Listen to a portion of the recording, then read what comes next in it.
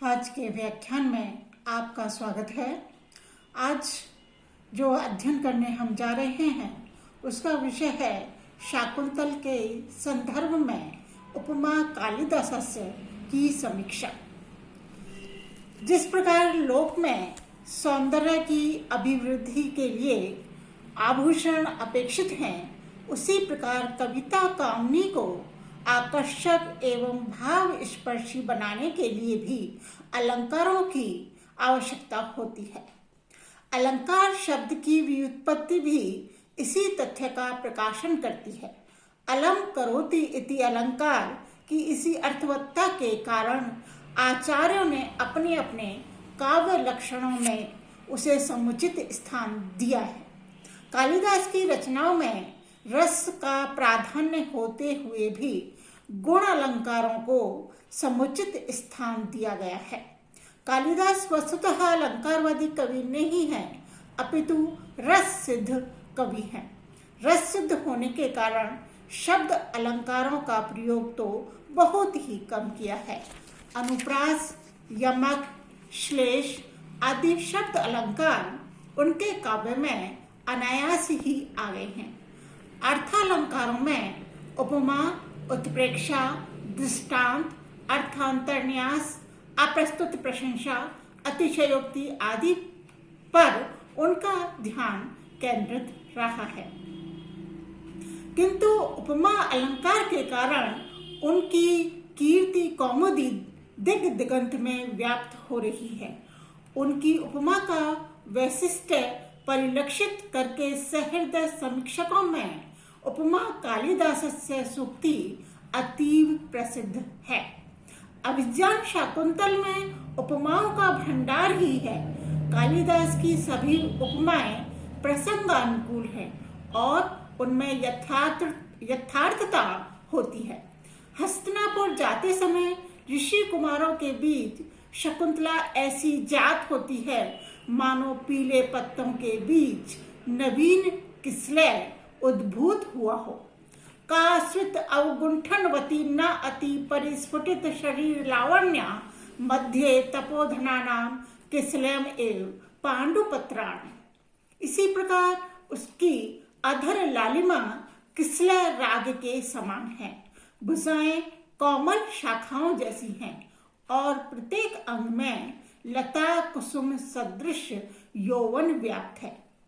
अधरः किसलय रागः कौमल विटपानुकारिणो भौ कुसुमम इव लोभनीयम यौवनमंगेषु सन्नद्धम।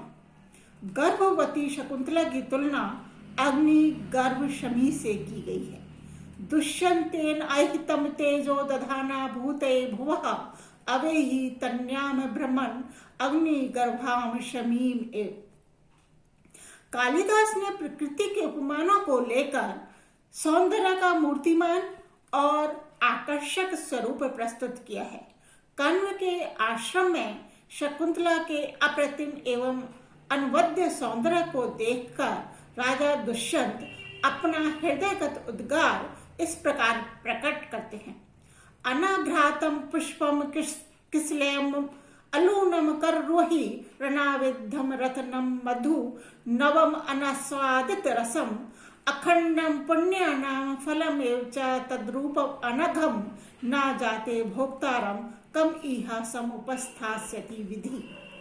मानव मन की सूक्ष्म अति सूक्ष्म भावनाओं का अपने औपमेय विधान द्वारा कालिदास ने बड़े सुंदर ढंग से उद्घाटन किया है।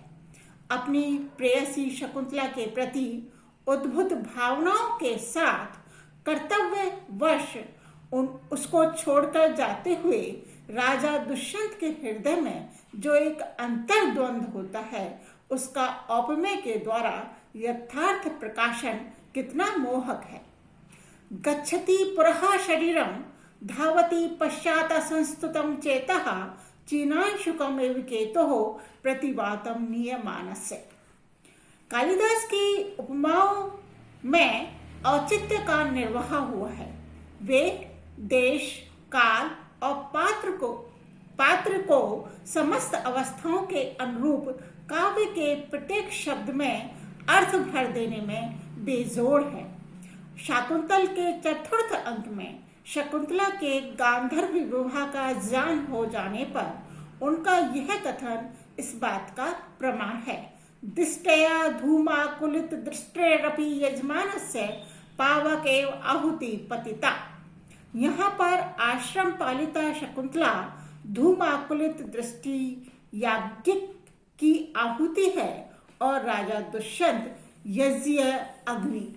दुष्यंत सुशिष्य के समान है और शकुंतला उसको सौंपी गई विद्या के समान। तपोवन जैसे स्थान में दुष्यंत और शकुंतला क्रमशः यज्ञ अग्नि सुशिष्य एवं हविष्य एवं विद्या से भिन्न क्या हो सकते हैं। इसी प्रकार शांडव की इस उक्ति में भी औचित्य का भाव दृष्टिगत होता है।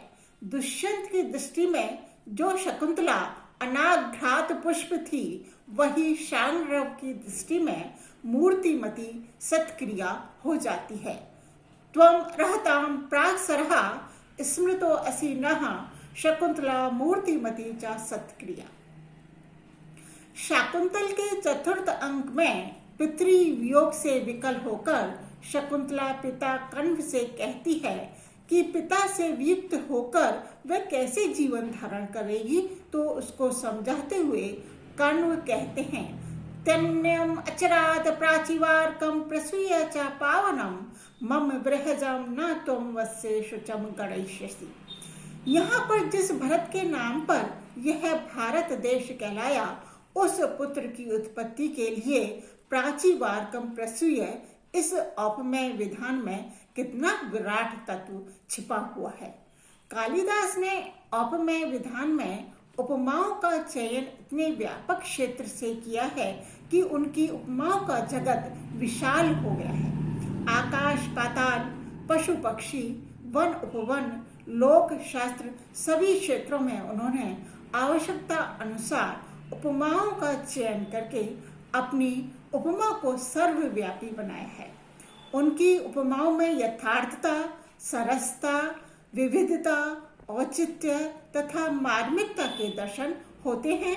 साथ ही ये उपमाएं भावानुकूल, श्लेष की जटिलता से रहित, अनूठी एवं विषयानुकूल है। अतः इसमें कोई संदेह नहीं रह जाता कि उपमा के क्षेत्र में कालिदास अनुपम है।